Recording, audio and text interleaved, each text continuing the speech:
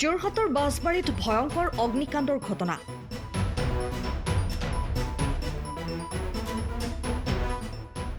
অগ্নিকাণ্ডত ভস্মীভূত হ'ল এটা বাসগৃহ।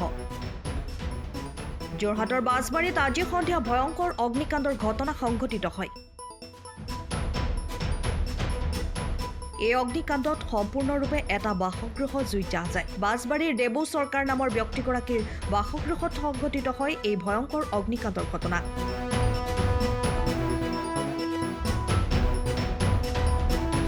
এই অগ্নিকাণ্ডত এটা গেছ চিলিণ্ডাৰো বিস্ফোৰণ হোৱা বুলি জানিব পৰা গৈছে। পিছত অগ্নি নিৰ্বাপক বাহিনীৰ গাড়ীৰে জুই নিৰ্বাপন কৰে যদিও জুইত দেবু চৰকাৰৰ বাসগৃহটো সম্পূৰ্ণৰূপে জাহ যায়। এই অগ্নিকাণ্ডত কেইবা লক্ষ টকাৰ সা সম্পত্তি জুইৰ লেলিহান শিখাই ভস্মীভূত কৰে। আপোনাৰ বেৰৰ পৰা লাগিলে এই ভিতৰৰ ৰুমৰ যিটো বেৰটো ৰাস্তাৰ লগত এই বেৰৰ পৰা এনেকৈ জুইটো গৈ গৈছে।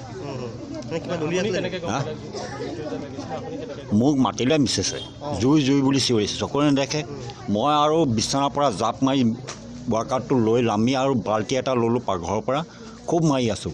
এইফালে নিমে ইফালে বেৰৰ পৰা লাগি থাকে, মানে গোটেই বেৰে বেৰে আহি আছে। মই আৰু মোৰ মিছেছ যেনে তেনে আমি ওলালোঁ চব শেষ। মোৰ মেডিকেলৰ কাগজ পত্ৰ চব মোৰ শেষ। মোবাইল আছিলে দুটা, এইটো গ'ল, মানে একো ওলাব পৰা নাই।